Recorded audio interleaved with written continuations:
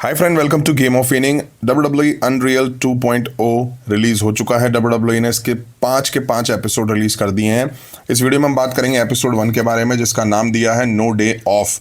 अब सबसे पहले जान लेते हैं WWE अनरियल है क्या। तो आपको बता दूं, इतने लंबे सालों तक WWE में बैक स्टेज क्या होता है, चीज़ें कैसे काम करती हैं, चीज़ें कैसे एग्जीक्यूट होती हैं, कौन डिसीजन लेता है, सरप्राइज कैसे प्लान होते हैं, मैचेस कैसे डिसाइड होते हैं, हार जीत पे बैक स्टेज क्या रिएक्शन होता है, कब क्या डिसाइड होता है, रिंग में मैच लड़ने के बाद सुपरस्टार एक दूसरे के अगेंस्ट कैसे रिएक्ट करते हैं, गॉरिल्ला पोजीशन से ट्रिपल एच रेफरीज को कैसे ऑर्डर करते हैं, ये सब चीज़ें WWE अनरियल पे एक्सपोज होने वाली है।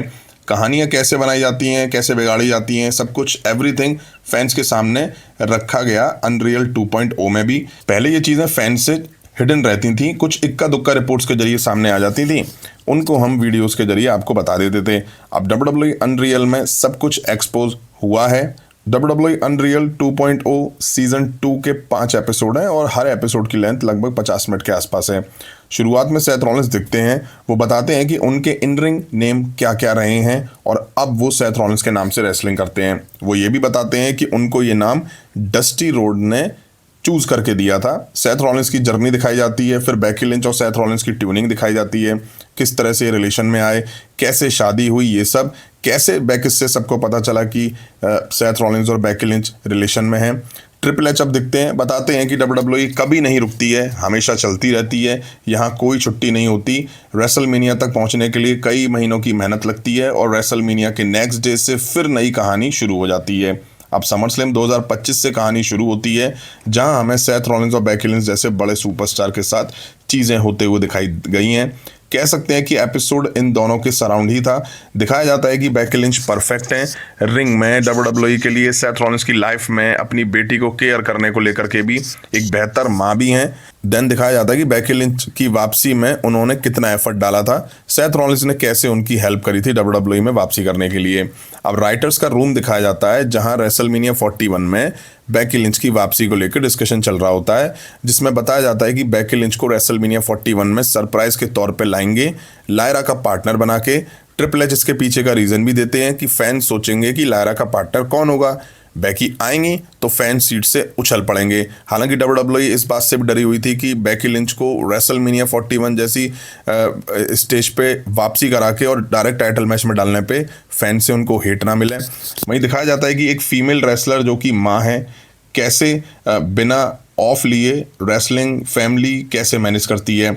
बेकी लिंच को लेके एक बड़ी चीज़ सामने आई, जहां वो कहती हैं कि जब मैंने WWE से ऑफ लिया था तो बहुत सुकून था। वो कहती हैं कि ये मेरा आखिरी WWE कॉन्ट्रैक्ट है। हालांकि वो ये नहीं बताती हैं कि कॉन्ट्रैक्ट कब ख़त्म होने वाला है, कितना टाइम बचा है, बट जब भी ये एंड होगा बेकी लिंच WWE से रिटायर हो जाएंगी। तो यहाँ बेकी लिंच ने रिवील कर दिया है कि वो आने वाले टाइम में WWE से रिटायरमेंट लेने वाली हैं। वहीं रेसलमेनिया 41 में बेकी लिंच की वापसी होती है। सेथ रॉलिंस बैक से देख रहे होते हैं, जो कि काफ़ी इमोशनल हो जाते हैं। लायरा और बेकी लिंच रेसलमेनिया 41 में टाइटल जीतती हैं। फिर समर स्लैम में डिसाइड होता है कि बेकी लिंच को हील बनाना है, टाइटल हराना है, और इससे अच्छा मौका क्या होता है। तो ट्रिपल एच कहते हैं कि किसी को हील बनाना है तो धोखे से बड़ा क्या हथियार है WWE में। बेकी लिंच का हील टर्न इसलिए भी हुआ ताकि फैंस के मन में लायरा के लिए सिंपैथी आए और लायरा फैंस के दिल में उतारी जा सकें। अब ब्रूस प्रिचार्ड जो बताता है कि रेसलमेनिया के बाद बैकलैश को बनाना कितना मुश्किल होता है, क्योंकि रेसलमेनिया के लिए पूरे साल काम करना पड़ता है और ज़्यादातर चीज़ें रेसलमेनिया में ख़त्म हो जाती हैं। नया शुरू करना होता है, जिसके लिए नए कैरेक्टर की नीड होती है। बैकलैश के लिए गंथर वर्सेस पैट मैकेफी के बीच मैच बुक होता है। फिर दिखाते हैं कि कैसे गंथर और पैट मैकेफी के बीच कहानी को बिल्ड करा जाता है। दिखाया जाता है कि कैसे गॉरिल्ला पोजीशन से इंस्ट्रक्शन मिलते हैं। गंथर पैट पे जब स्लीपर होल्ड लगाते हैं तो ट्रिपल एच कह रहे होते हैं पकड़ के रखना, छोड़ना नहीं। फिर थोड़ी देर बाद कहते हैं कि अब छोड़ दो, तभी गंथर छोड़ देते हैं। ट्रिपल एच ये भी कहते हैं, सुनाए हुए देते हैं कि रेफरी से कहो कि वो पैट से कहें कि वो पूरे टाइम कैरेक्टर में रहे। ट्रिपल एच फिर रिपीट करते हैं, कहते हैं कोई कह रहा है उसको, क्योंकि कोई मुझे कहता हुआ नहीं दिखाई दे रहा है, उसने कैरेक्टर छोड़ा तो हमारी लग जाएगी। फिर एडम पियर्स पैट मैकेफी के कान में कहते हैं कि हम अभी भी लाइव हैं, तुम कैरेक्टर पकड़ के रखना। फिर पैट मैकेफी की ट्रेनिंग दिखाई जाती है। अब राइटर रूम में ब्रूस प्रिचार्ड पिच करता है कि इस मैच का रिजल्ट क्लियर है, बहुत प्रेडिक्टेबल है। मतलब कि उनका कहने का ये था कि पैट मैकेफी यहाँ पे गंथर को हरा दें। ट्रिपल एच कहते हैं तो हम ऐसा कर सकते हैं कि पैट मैकेफी को गंथर के खिलाफ शुरुआत में जीत दिला दें और गंथर बौखला के तबाही मचा दे WWE रिंग के आसपास और पैट मैकेफी को बुरी तरह तोड़ दे। हालांकि वहां बैठे और लोग या और राइटर इस आइडिया को डाउन कर देते हैं, क्योंकि ब्रूस पिचार्ड और ट्रिपल एच से ऐसा करने के पीछे लॉजिक पूछा जाता है तो कुछ होता नहीं है इनके पास। अब आप सोच के देखिए, गंथर जैसा डोमिनेट सुपरस्टार अभी जे ऊसो से रेसलमेनिया 41 में हारा है, फिर उसके ठीक बाद बैकलैश में पैट मैकेफी से हार जाए। भाई वाह, क्या आइडिया दिया है ब्रूस पिचार्ड ने। खैर, बैकलैश में पैट मैकेफी की एंट्री से पहले ट्रिपल एच पैट मैकेफी से कहते हैं, हे पैट, तुम कर लोगे, बीच में अगर तुम थको, कहीं लग रहा हो रेस्ट की नीड है तो उसको बता देना, तो तुम्हें रिंग के बाहर करके फैंस का ध्यान अपनी साइड खींच लेगा। उसको मतलब गंथर को बता देना। ऐसे ही गंथर की एंट्री से पहले ट्रिपल एच गंथर को कहते हैं कि कुछ ऐसा करना जिससे फैंस में ये मैसेज जाए कि तुम बंदे हो तो कमाल के, यानी पैट मैकेफी कमाल का लड़ा। Triple H Adam Pearce match के दौरान इंस्ट्रक्शन भी दे रहे होते हैं कि पैट से कहो रोप पकड़ने की कोशिश करे, अगर वो और लड़ना चाहता है तो बताओ, फैंस देख के पागल हो जाएंगे। ट्रिपल एच कहते हैं, हाँ उठो और दिखा दो कितना दम है तुम्हारे अंदर। अब लायरा वॉल्क्रिया और बेकी लिंच का भी दिखाया जाता है बैकलैश वाला मैच, जिसमें फिर बेकी से इंस्ट्रक्शन कि अब लायरा बेकी लिंच को मूव देंगी, रेफरी तुम स्लो काउंट करना। अब जब लायरा बेकी लिंच को मैच में हरा देती हैं तो उसके तुरंत बाद बेकी लिंच लायरा पर अटैक करती हैं, तो बेकी से इंस्ट्रक्शन भी आते हैं कि नहीं नहीं नहीं बेकी, नहीं नहीं नहीं। फिर इसके बाद ट्रिपल एच जो ऑफिशियल टीम होती है उसको बोलते भी हैं कि अब जाओ, अब जाके सेटलमेंट कराओ इन लोगों का। यहीं ये फर्स्ट एपिसोड एंड हो जाता है। आगे अब एपिसोड्स में Jelly Roll, Chelsea Green, Becky Lynch, Seth Rollins की injury, money in the bank, R-Truth को लेकर के काफ़ी कुछ। कंक्लूजन ये था इस एपिसोड 1 का कि बिना रुके WWE कैसे काम करती है, रेसलर बिना रुके कैसे काम करते हैं, एक रेसलर पर्सनल प्रोफेशनल लाइफ कैसे मैनेज करता है, स्पेशली फीमेल रेसलर। अब देखिए, पहले फैंस कंफ्यूज रहते थे कि WWE स्क्रिप्टेड होती है या अनस्क्रिप्टेड, बट जब से ये अनरियल आया है तब से ऐसी चीज़ें पता चल रही हैं जिसके बाद नेक्स्ट लेवल का स्क्रिप्टेड लग रहा है शो। मैं भी WWE 2017 से कवर कर रहा हूँ, इतना सब कुछ होता है आइडिया नहीं था। अनरियल में दिखाया जा रहा है कि बीच मैच में इंस्ट्रक्शन दिए जाते हैं, अब ये करो, अब गुस्सा दिखाओ, अपने अंदर का इंसान जगाओ, उसको बता देना तुम्हें टाइम चाहिए, तो रेफरी को इंस्ट्रक्शन दिए जाते हैं, रेफरी वो मैसेज सुपरस्टार तक पास करते हैं।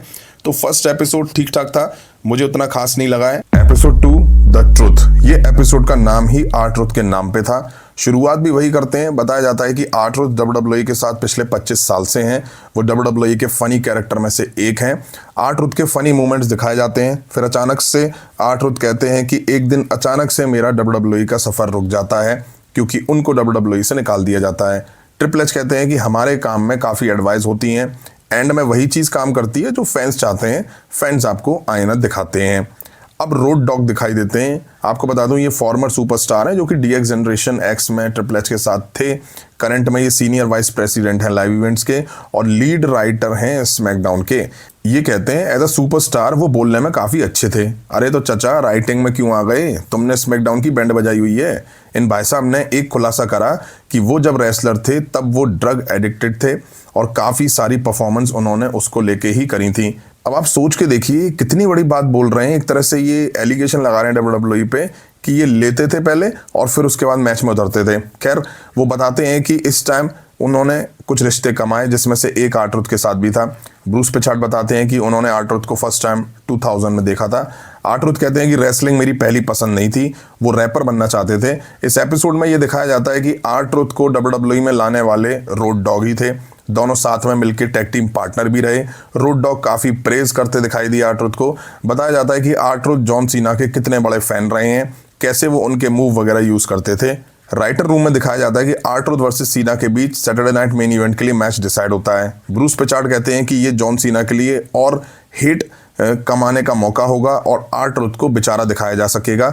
जॉन सीना के बुरे दिखने पे R-Truth रिएक्ट करेगा क्योंकि R-Truth सीना का एक बड़ा फैन है। सीना और R-Truth के बीच प्रेस कॉन्फ्रेंस में क्या हुआ था वो भी दिखाया जाता है। राइटर रूम में ये भी चीज़ सामने आई कि R-Truth जॉन सीना के अगेंस्ट फ्यूड में गंजे होना चाहते थे, बट ट्रिपल एच ने ये आइडिया ड्रॉप कर दिया। फिर दिखता है कि राइटर्स कंफ्यूज होते हैं कि जॉन सीना के साथ R-Truth की कहानी को कैसे आगे बढ़ाया जाए, क्योंकि कहानी में कुछ था ही नहीं। रोड डॉग बोलते हैं जॉन सीना से R-Truth को हरवा दो और ख़त्म कर दो सब। अब जॉन सीना वर्सेस R-Truth के बीच सैटरडे नाइट मेन इवेंट में मैच को दिखाया जाता है। आर्ट्रुथ बताते हैं कि फेयरवेल टूर में जॉन सीना के खिलाफ मौका मिलना सपने जैसा था। मैच के बाद जॉन सीना आर्ट्रुथ को कहते हैं कि तुमने कमाल कर दिया। ट्रिपल एच भी कहते हैं, सब आर्ट्रुथ को प्रेस करते हैं, बट फिर वो हुआ जिसकी खुद आर्ट्रुथ को कभी उम्मीद नहीं थी। फैंस की तो बात ही छोड़ दीजिए। आर्ट्रुथ कहते हैं उन्हें फ़ोन आया और बताया गया कि मैं निकाल दिया गया हूं। फिर उन्होंने ट्वीट कर दिया। अब रोड डॉग बताते हैं कि उनके पास आर्ट्रुथ का कॉल आया और उसने मुझे बताया कि उसको निकाल दिया गया है। अब कॉडी रूड्स दिखते हैं और कहते हैं कि उन्हें परवाह नहीं है, उसको कैसे भी करके ज़्यादा पैसे दो, कैसे भी करके उसको वापस लाओ, उन्हें आर्ट्रुथ चाहिए।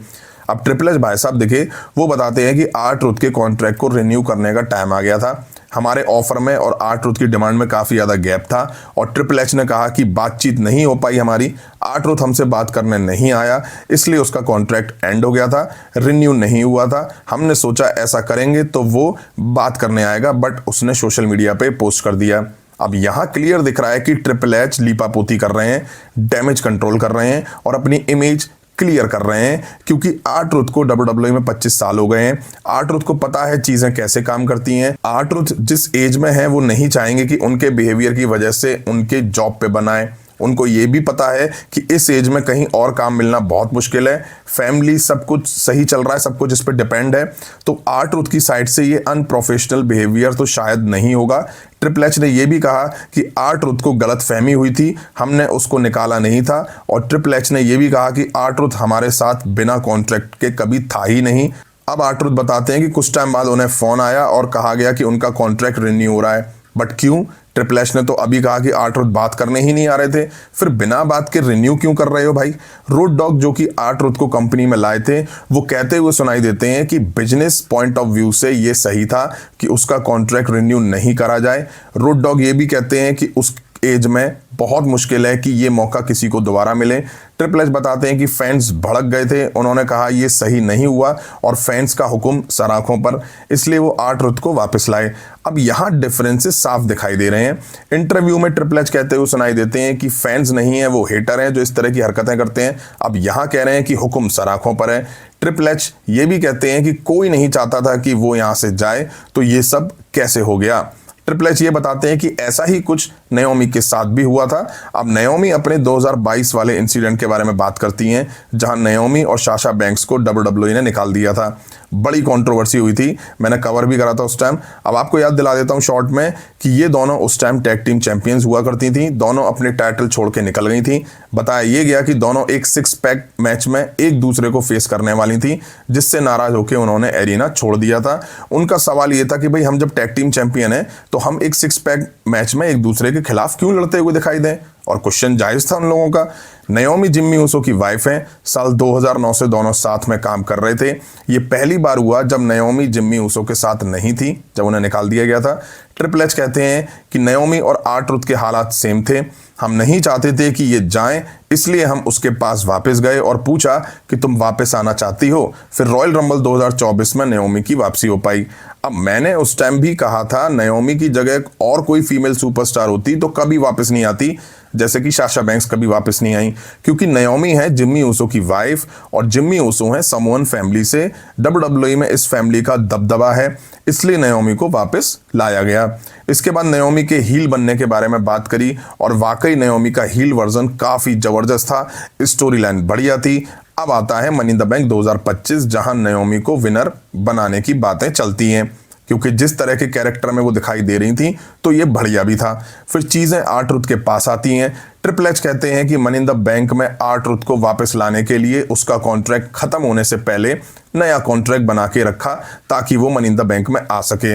अब ट्रिपल एच के इस स्टेटमेंट से ये भी पता चला कि आर्ट्रुथ का contract money in the bank तक भी खत्म नहीं हुआ था। डील फाइनल हुई और मनी इन द बैंक में आर्ट्रुथ के रिटर्न को फाइनल कर दिया गया। ब्रूस पिचार्ड ने बताया कि ये चीजें ज्यादा किसी को पता नहीं थी, बट नेक्स्ट कट में दिखाया जाता है कि ट्रिपल एच और जॉन सीना आर्ट्रुथ की वापसी कैसे होगी वो बात कर रहे होते हैं। आसपास काफी सारे स्टार और ऑफिशियल भी होते हैं। अब मेरी समझ में ये नहीं आता कि जब इस तरह की बात होती है और आसपास लोग होते हैं तो वो सुनते नहीं है। खैर, ट्रिपल एच अब कॉडी रूड्स को बुलाते हैं और कहते हैं आर्ट्रुथ वापस आएगा, और ये बात मैं, तुम, निक और जॉन सीना ही जानते हैं। माइकल कोल, पैट मैकफी और ब्रूस पिचार्ड को शो से ठीक पहले बताया जाएगा, ये डिसाइड हो जाता है। फिर वो पल आता है जब आर-ट्रुथ की वापसी होती है। इंस्ट्रक्शन मिलता है, भेजो भेजो उसको भेजो। आर-ट्रुथ ने बताया, इतना पॉप प्यार देख के यकीन नहीं हुआ मुझे। फीलिंग वो बता नहीं सकते थे। बैक स्टेज आर-ट्रुथ जाते हैं तो पता चलता है कि ट्रिपल एच मैच से पहले जे ऊसो और लोगन पॉल को बताने वाले थे, बट वो बताना भूल जाते हैं। आर-ट्रुथ की वापसी का रोड डॉग को भी नहीं पता था। दोनों बैक स्टेज मिलते भी हैं, इमोशनल हो जाते हैं। आर-ट्रुथ की आंखों में आंसू थे। वो जो कुछ भी आज है उसके लिए वो रोड डॉग को क्रेडिट देते हुए नजर आए। मनी इन द बैंक के बाद वाले रॉ के एपिसोड से पहले आर-ट्रुथ ट्रिपल एच से बाल काटने की भी परमिशन ले लेते हैं।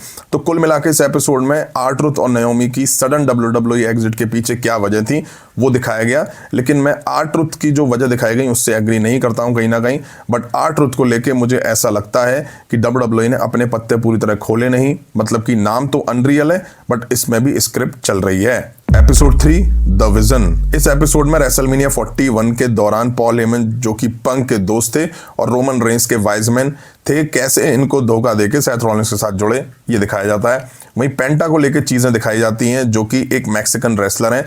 पेंटा बताते हैं कि उनको पिरामिड के टॉप पे आने में 20 साल लग गए। पिरामिड का टॉप मतलब कि WWE। पेंटा बताते हैं कि ज़ेरो मियोदा का मतलब क्या होता है। इसका मतलब है zero fear, no fear, zero डर। बताया जाता है कि पेंटा WWE के पिटारे में नहीं थे, बट फैंस को चाहिए था। तो WWE को डर था कि पेंटा चलेंगे या फेल होंगे, बट पेंटा चल निकले। चेल्सी ग्रीन आती हैं, वो पेंटा को काफ़ी प्रेज करती हैं। वो बताती हैं कि उनको एक मैच के लिए याद किया जाता है जो कि 2018 में उन्होंने लूचा अंडरग्राउंड में लड़ा था पेंटा के खिलाफ। अब फोकस चेल्सी ग्रीन पर आता है। वो अपना ड्रीम होम दिखाती हैं जो अंडर कंस्ट्रक्शन होता है। चेल्सी ग्रीन बताती हैं कि उन्हें जेलिना वेगा के खिलाफ टाइटल डिफेंड करना था और मैच से एंड पहले बताया जाता है कि तुम्हें यूएस टाइटल हारना है जेलिना वेगा के खिलाफ। चेल्सी ग्रीन कहती हैं वो शॉक थी। उन्होंने सोचा ऐसा नहीं हो सकता क्योंकि चेल्सी ग्रीन को उम्मीद थी कि टाइटल रेन थोड़ा लंबा होगा। चेल्सी ग्रीन कहती हैं कि उन्हें काफ़ी गुस्सा आया बट उन्होंने कंट्रोल करा। अब राइटर रूम दिखता है जहां रोड डॉग कहते हैं कि चेल्सी ग्रीन वर्सेस जेलिना वेगा के मैच में वापस से टाइटल चेल्सी ग्रीन को जिता देते हैं। मतलब कि हारने के बाद जेलिना वेगा चैंपियन बनेंगी और जेलिना वेगा फिर हारेंगी और फिर चेल्सी ग्रीन चैंपियन बनेंगी। ट्रिपल एच रोड डॉग से सवाल करते हैं ऐसा क्यों करें भी तो फिर चेल्सी ग्रीन को किससे लड़वाएं। तो इन भाई साहब पे आंसर नहीं होता है। ट्रिपल एच कहते हैं चेल्सी ग्रीन पे टाइटल जाता है तो उसको वापस से उनसे लड़ाना पड़ेगा जिनसे वो लड़ चुकी है पहले ही। अब गौर करिएगा ट्रिपल एच जो कहते हैं उस पे। ट्रिपल एच कहते हैं कि बहुत जरूरी होता है कि आप किसी कैरेक्टर को उस मोड़ पे ना ले आएं जहां उसे फैंस पसंद ना करें। अब दिखाया जाता है कि चेल्सी ग्रीन जो कि पूरी तरह से फिट नहीं है, फीवर है, गला चोक हो रहा है, रेस्ट की नीड है, बट फिर भी मई के सैटरडे नाइट मेन इवेंट में उन्हें मैच लड़ना है। वो टैबलेट लेती हैं। मैच शुरू होने में आधा घंटा था। मैच में एक मूवमेंट था जब जेलिना वेगा 619 के लिए जाती हैं, वो रोप में फंसती हैं और कनेक्ट नहीं कर पाती हैं। फिर वो किक मारती हैं जो कि चेल्सी ग्रीन के नाक पे पड़ती है और वहां से खून आने लगता है। अब बैक से जेलिना वेगा चेल्सी ग्रीन को सॉरी कहती हुई सुनाई देती हैं। चेल्सी ग्रीन कहती हैं कोई बात नहीं, आदत सी हो गई है मुझे। तब चेल्सी ग्रीन बताती हैं कि उनकी नाक 7 बार टूट चुकी है। अब राइटर दिखे जो कि सेथ रॉलिंस का न्यू फैक्शन बिल्ड करने की बात करते हैं। अब बात आती है कि सेथ रॉलिंस के साथ इस फैक्शन में डाला किसको जाए, ऐसे सुपरस्टार को जो फ्यूचर में WWE के फेस बन सकें। ब्रॉन ब्रेकर का नाम सामने आता है। ट्रिपल एच गॉरिल्ला पोजीशन में ब्रॉन ब्रेकर को प्लान बताते हैं कि कल रोमन रेंस बाहर आएगा, पॉल हेमन को स्पीयर देने के लिए खड़ा होगा, तभी तुम जाके रोमन रेंस को रोक दोगे बीच में। Bron Breakker, Seth Rollins, Paul Heyman को ज्वाइन करते हैं। सैटरडे नाइट मेन इवेंट में ब्रॉनसन रीड भी ज्वाइन करते हैं। अब आती है मनी इन द बैंक की कहानी जिसमें सेथ रॉलिंस और LA नाइट मेन सुपरस्टार होने वाले थे क्योंकि लास्ट में ब्रीफकेस की लड़ाई इनके बीच ही दिखनी थी। ट्रिपल एच कहते हैं कुछ ऐसा बुक करो जिसमें दिखे कि LA नाइट जीतेगा, बट एंड टाइम पे सेथ रॉलिंस आके LA नाइट को गिरा के ब्रीफकेस जीत ले। सेथ रॉलिंस कहते हैं कि उन्हें मनी इन द बैंक पसंद नहीं है, जबकि और सुपरस्टार कहते हुए सुनाई देते हैं कि उन्हें मनी इन द बैंक पसंद है, रातों रात बड़ा मौका मिलता है उससे। वहीं अब मैच के दौरान गोरिल्ला पोजीशन से इंस्ट्रक्शन दिए जाते हैं तो ट्रिपल एच कहते हैं जैसा सोचा था वैसा नहीं हो रहा है क्योंकि WWE का प्लान था कि लैडर पे सेथ रॉलिंस और LA नाइट को आमने सामने लाके भिड़वाएंगे, बट वैसा एग्जीक्यूट नहीं हो पाया। जो सस्पेंस और ड्रामा था वो नहीं दिख पाया इस मैच में। गॉरिल्ला पोजीशन में थोड़ी मायूसी दिखाई दी। सेथ रॉलिंस कहते हैं कि वो बहुत गुस्से में थे, रिंग से निकले। एक ऑफिशियल ट्रिपल एच से कहते हैं कि सेथ रॉलिंस बहुत गुस्से में है, पूछता हूं कि क्या हुआ मैच में। सेथ रॉलिंस इस बात से नाराज थे कि जैसा सोचा था वैसा एग्जीक्यूट नहीं हो पाया। उनका मानना था बेहतर हो सकता था। अब दिखता है कि ट्रिपल एच एलए नाइट से कहते हुए दिखाई देते हैं कि प्लान जैसा था वैसा नहीं हो पाया। एलए नाइट का फेस अब देखने लायक था। ये लोग गॉरिल्ला पोजीशन में बैठे हुए थे मैच के बाद। दुखी सा मन था एलए नाइट का, जैसे कि वो सोच रहे हो कि यार ये साल भी मेरा मौका चला गया। अब ट्रिपल एच कहते हैं कि रेसलर तो सब बन जाते हैं बट आपको स्टार बनना है। Episode 4 performance art. Writer room से शुरुआत होती है। ट्रिपल एच कहते हैं समर स्लैम सेथ रॉलिंस का कोई मैच है उसमें उसका नी तोड़वा दो। सच में नहीं ड्रामे में, बट दिखना ऐसा चाहिए कि सच में टूटा है, बिल्कुल रियल लगना चाहिए। फिर एक दिन आएगा, क्रचेस फेंकेगा और भाग के रिंग में जाएगा। ट्रिपल एच कहते हैं ये चीज इस रूम से बाहर नहीं जानी चाहिए। अपने नोट्स में भी ये बात मत लिखना कि ऐसा होने वाला है। अब पॉल हेमन दिखे, वो क्लियर कहते हैं कि माफ करना बट मुझे ये शो आपका पसंद नहीं है, मतलब कि अनरियल पसंद नहीं है। वो आगे कहते हैं कि मैं इस बिजनेस में तब से हूं जब यहां चीजों को सीक्रेट रखा जाता था, और इस कदर सीक्रेट रखा जाता था कि अगर कुछ बाहर गया तो आपकी जान पे बन आएगी और आपको अपने करियर से हाथ तक धोना पड़ सकता था। पॉल हेमन से पूछा जाता है कि रेसलिंग में करतब क्या है, परफॉर्मेंस आर्ट क्या है। फिर कुछ जबरदस्त मूवमेंट दिखाए जाते हैं जिसमें केविन नैश फेक प्लास्टर पैर के साथ आते हैं, खली रे मिस्टेरियो की खोपड़ी दबा देते हैं, विंस मैकमैन की लेमो कार्ड ब्लास्ट होती हुई दिखाई देती है। क्लियर है कि करतब वो है जो कि नकली होने के बाद भी फैंस को रियल लगे।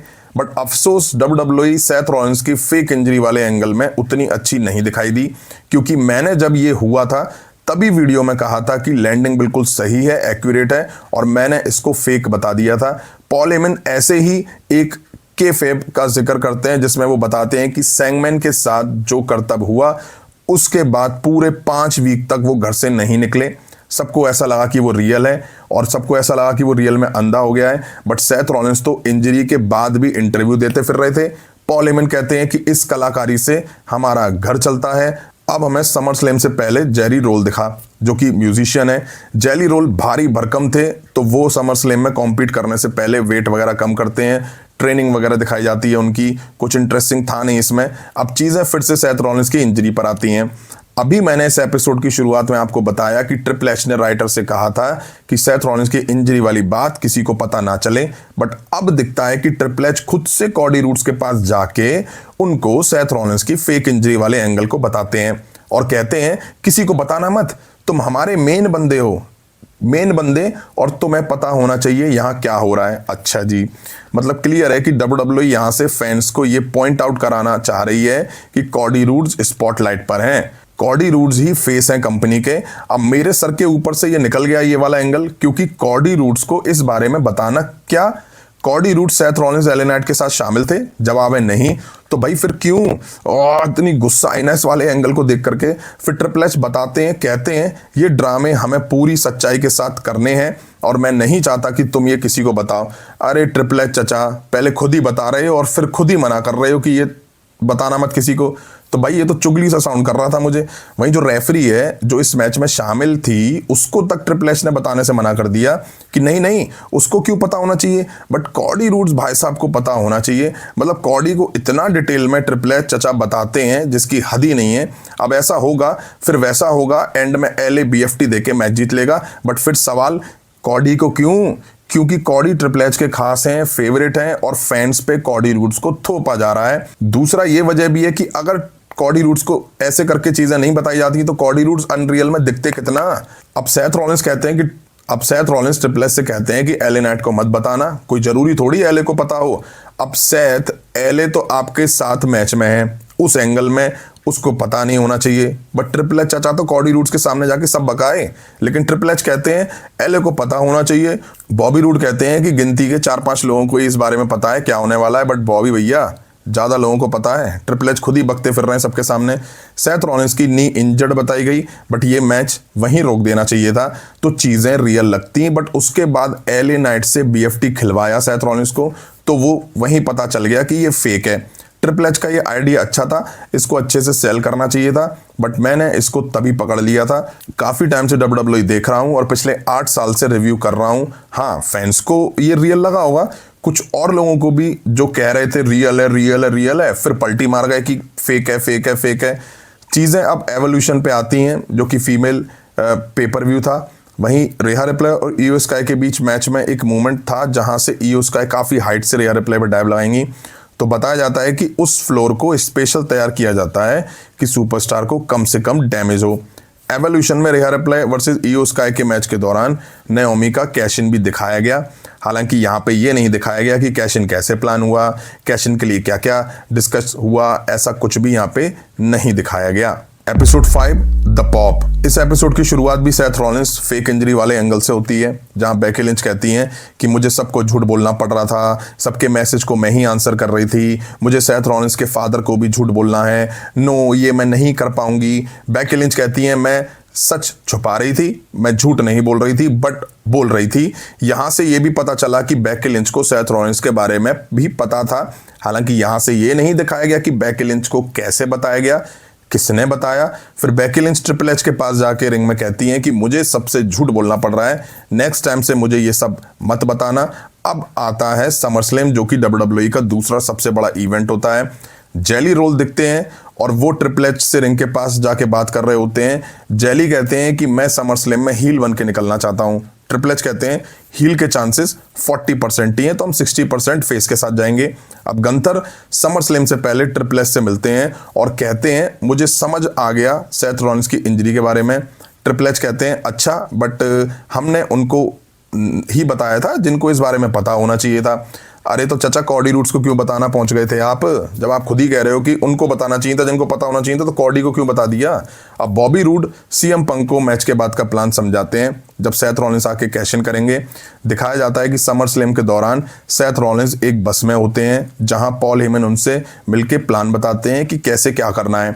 अब सेथ रॉलिंस को बस से हिडन तरीके से निकाला जा रहा था। गोल्फ कार्ट में बिठा के सेथ रॉलिंस को एरिना के अंदर ले जाया जाता है। थोड़ी दूरी थी पार्किंग से एरिना के अंदर तक, जहां पॉल हेमन कहते हुए सुनाई देते हैं कि राज को राज रख पाना मुश्किल है। तो मुझे समझ नहीं आया सेथ रॉलिंस का फेस ओपन करके क्यों लेके जा रहे थे। अरे फेस हाइड कर देते ना, हाइड करके लेके जाते। खैर सेथ रॉलिंस गॉरिल्ला पोजीशन पे आते हैं, इंस्ट्रक्शन मिलता है और बूम, सेथ रॉलिंस एंट्री लेते हैं। कैश इन होता है, यहां नाइट 1 एंड हो जाती है। अब कॉडी रूड्स और जॉन सीना के बीच समर स्लैम में जो टाइटल मैच हुआ था उसका दिखाया जाता है। कॉडी रूड्स को वापस लाया जा रहा था, वापस से चैंपियन बनाने के लिए। राइटर रूम में दिखता है कि ट्रिपल एच कहते हैं कि जॉन सीना कॉडी रूड्स के अगेंस्ट अपना टाइटल बचाएगा और जॉन सीना को फेस क्लासिक सुपरस्टार वापस से बनाना था। समर स्लैम में बेकी लिंच वर्सेस लायरा वॉल्क्रिया के बीच जो मैच दिखा था उसमें काफ़ी गड़बड़ियां हुई। जैसा प्लान था वैसा मैच नहीं हो पाया। लायरा के हाथ में जिप टाई लगे हुए थे जो कि निकल जाते हैं, नहीं निकलने चाहिए थे। लायरा ने उनको वापस से डाल लिया, जो कि कैमरे पे कैप्चर भी हो गया, और जब उनको उतारना था तो वो भाई निकल नहीं रहे थे। मैच जितने टाइम में एंड होना चाहिए था उससे ऊपर ही चल रहा था। अब समर स्लैम नाइट 2 का main event John Cena versus Cardi roads के बीच दिखता है। इस मैच में कॉडी रूड्स ने हील के तौर पे जॉन सीना की धुलाई करी। इसके पीछे की कहानी नहीं बताई गई क्यों। राइटर रूम में ट्रिपल एच ने कहा था कि जॉन सीना कॉडी रूड्स के खिलाफ अपना टाइटल बचा लेंगे, बट यहाँ तो कॉडी रूड्स विनर बन गए। कब डिसाइड हुआ, क्यों हुआ, वो भी नहीं दिखाया गया। मैच के बाद पासिंग द टॉर्च मूवमेंट दिखा, जहां कॉडी रूड्स कहते हैं कि मैंने जॉन सीना को सॉरी कहा कि मैंने तुम्हारी जगह लेने में बहुत देर कर दी। ऐसा कह के एक बार फिर WWE ने ये फैंस को दिखाया है कि कॉडी रूड्स कंपनी के फेस हैं, और ये आप लोग मान लो। अब सीजन 2 एंड होने में कुछ मिनट बचते हैं, तभी गॉरिल्ला पोजीशन में जिनका काम नहीं था ट्रिपल एच उनको हटाने को कहते हैं, और कहा जाता है तभी ब्रॉक लेसनर दिखाई देते हैं। पॉल हेमन उनके पीछे पीछे आते हैं। ब्रॉक लेसनर आके ट्रिपल एच से गले मिलते हैं। बताया जाता है कि जॉन सीना की हीटेड राइवलरी में ब्रॉक लेसनर सबसे बड़ा नाम है, और जैसे ही ब्रॉक लेसनर का म्यूजिक बजा, गूज़बम्प, ब्रॉक लेसनर का नाम ही ऐसा है। अब उस बारे में बात कर लेते हैं जो अनरियल में दिखा, बट अनरियल में उसके बारे में कोई बातचीत या डिस्कशन नहीं था। ये स्पॉट हुई राइटर रूम में रखे व्हाइट बोर्ड पे देखा गया। अब अगर बात नहीं हुई और बोर्ड पे चीजें लिखी हुई थी तो सवाल ये कि क्या अनरियल के लिए ही ये चीजें प्लान करी गई थी। फैंस इनको देख के बातें करें और इस तरह के रूमर्स बाहर निकल कर आए रिपोर्ट्स के थ्रू, तो क्या इसीलिए ये चीज थी। समर स्लैम 2025 का ओरिजिनल कार्ड कुछ ऐसा था। Roman Reigns versus Bron Breakker के बीच match, Sami Zayn versus Seth Rollins के बीच match, Demon Balor versus Dominik Mysterio के बीच मैच, यानी कि समर स्लैम में बैलर और डोमिनिक मिस्टीरियो के बीच मैच होना था, जो कि काफ़ी टाइम से हम टीज होते हुए देख रहे हैं, नहीं हो रहा है। और बड़ी बात, डीमन बैलर यहाँ दिखने वाले थे। जे ऊसो वर्सेस रूसेव के बीच मैच, जो कि रूसेव को एक बड़ा मौका समर स्लैम पे मिलना था और फिर हमने देखा नहीं मिला। Bella Twin versus Liv Morgan and Raquel Rodriguez के बीच टैग टीम टाइटल मैच, यानी कि यहाँ पे निक्की बेला की वापसी हो चुकी थी, यहाँ पे ब्री बेला की भी वापसी होती, दोनों एक साथ आते टीम में, और इस तरह के रूमर्स आए भी थे। अब सवाल ये, अगर ये मैच थे तो स्क्रू क्यों हुए, उसके पीछे क्या वजह थी, अनरियल में ये क्यों नहीं दिखाया गया? मेरे अकॉर्डिंग तो दिखाना जाना चाहिए था। वहीं वॉर गेम्स 2025 के ओरिजिनल प्लान में यह था कि Sami Zayn and Jacob Fatu originally part होंगे रोमन रेंस की टीम का। हालांकि इस बारे में कोई बात होती ही नहीं है, व्हाइट बोर्ड पे दिखाई देता है। तो सवाल ये कि कौन से दो मेंबर की जगह, जैसे कि कॉडी रूड्स बिल्कुल लास्ट में डाले गए थे वॉर गेम्स में, तो शायद एक तो कॉडी रूड्स होंगे। और ये वॉर गेम्स के दौरान दिखा भी था कि ट्रिपल एच ने जबरदस्ती कॉडी रूड्स को यहाँ पे ऐड कराया। वहीं हील टीम को लेकर प्लान था कि Seth Rollins, Bronson read, Bron Breakker, solo Sikoa और जेसी मताओ इनकी टीम में होते, यानी कि सोलो और जेसी ओरिजिनली होने वाले थे। फिर क्यों नहीं हुए, ट्रिपल एच की माया, ट्रिपल एच ही जाने। अब अगर बात करें 5 एपिसोड की, तो मुझे फर्स्ट सेकंड एपिसोड अच्छे लगे, थर्ड थोड़ा बहुत अच्छा लगा, फोर्थ सेथ रॉलिंस की इंजरी वाला एंगल अच्छा लगा, फिफ्थ भी थोड़ा बहुत अच्छा लगा, कुछ खास मजा नहीं आया। मैं यहाँ ओवरऑल एपिसोड की बात कर रहा हूँ। अब बुरा ये लगा कि कहीं भी रोमन रेंज स्पॉट में नहीं थे, जबकि हमें ये दिखाया गया कि अनरियल में कि प्लान सबको बताए जाते हैं जो इन्वॉल्व होता है, और प्लान उनको भी बताए जाते हैं जो इन्वॉल्व ना हो, क्योंकि वो मेन बंदे हैं ना, WWE के मेन बंदे, क्योंकि उनको सब पता होना चाहिए। मैं यहाँ कॉडी रूड्स भाई साहब की बात कर रहा हूँ। ब्रॉन ब्रेकर रोमन रेंस को स्पीयर देके विजन को ज्वाइन करेंगे, ये बात अनरियल में रोमन रेंस को बताते हुए कहीं भी नहीं दिखाया गया। वहीं रोमन रेंस को नहीं डाला गया, बट कॉडी रूड्स को वहां डाला गया जहां पे उनकी जरूरत नहीं थी। वहीं सबसे खराब लगा LA नाइट के लिए, लगातार थर्ड टाइम उनको ट्रिपल एच ने स्क्रू करके रख दिया। मैच के बाद जैसा प्लान था वैसा नहीं दिखा, तो गॉरिल्ला पोजीशन में ट्रिपल एच ने LA नाइट को बताया कि तुम्हें मनी इन द बैंक कैसे हारना था। तो क्लियर LA नाइट के फेस पे एक्सप्रेशन बता रहे थे। यहां से यह भी क्लियर हुआ कि ट्रिपल एच LA नाइट को पसंद ज्यादा नहीं करते हैं। सेथ रॉलिंस की फेक इंजरी की बात करें तो पहले WWE में इस तरह की चीजों को अच्छे से पेश करा जाता था। अरे ट्रिपल एच को किसने रोका था कि सेथ रॉलिंस को बिल्कुल गायब करने से? ट्रिपल एच को किसने रोका था कि वो सेथ रॉलिंस से कहें कि पॉडकास्ट करो, इंटरव्यू करो और स्ट्रीट पे मत दिखो? अरे और रियल दिखाने के लिए फेक एक्सरे वगैरह चलवा देते, घर में छुपा देते सेथ रॉलिंस को। कौन सा कोई क्लेम करने जा रहा था? ऐसा होता तो ये वाकई इंजरी रियल लगती। फोर्थ और फिफ्थ एपिसोड में चीजें डिटेल में नहीं बताई गई, चीजें कैसे प्लान करी कैसे नहीं, ये बिल्कुल भी नहीं बताया गया।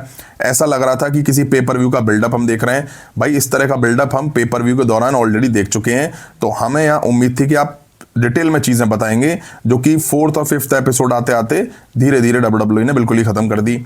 लाइक सेथ रॉलिंस का कैश इन कैसे हुआ, कैसे डिसाइड हुआ, कुछ भी नहीं बताया गया। लाइक ब्रॉक लेसनर का रिटर्न, लाइक जॉन सीना को लेकर ट्रिपल एच कहते हैं कि वो कॉडी रूड्स के खिलाफ टाइटल बचाएंगे, बट कॉडी रूड्स तो चैंपियन बन जाते हैं समर स्लैम में। ये कैसे हुआ? ये सब कुछ भी नहीं दिखाया गया। सब कुछ देख के ये भी समझ आया कि जब कभी भी मैचेस खराब होते हैं, उसमें से कुछ मैचेस इस वजह से भी खराब होते हैं क्योंकि वो प्लान के अकॉर्डिंग एग्जीक्यूट नहीं होते हैं। तो फ्रेंड, ये था अनरियल 2.0, जो कि मैंने आप लोगों के लिए पूरा कवर कर दिया, एक ही साथ एक ही वीडियो में कवर कर दिया। अब 5-5.5 घंटे का कंटेंट मैं इतना छोटा करके आपके लिए लेके आ पाया। उम्मीद है आपको ये वीडियो पसंद आई होगी।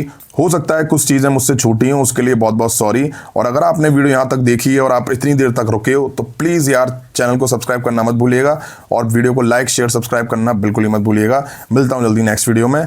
Thank you.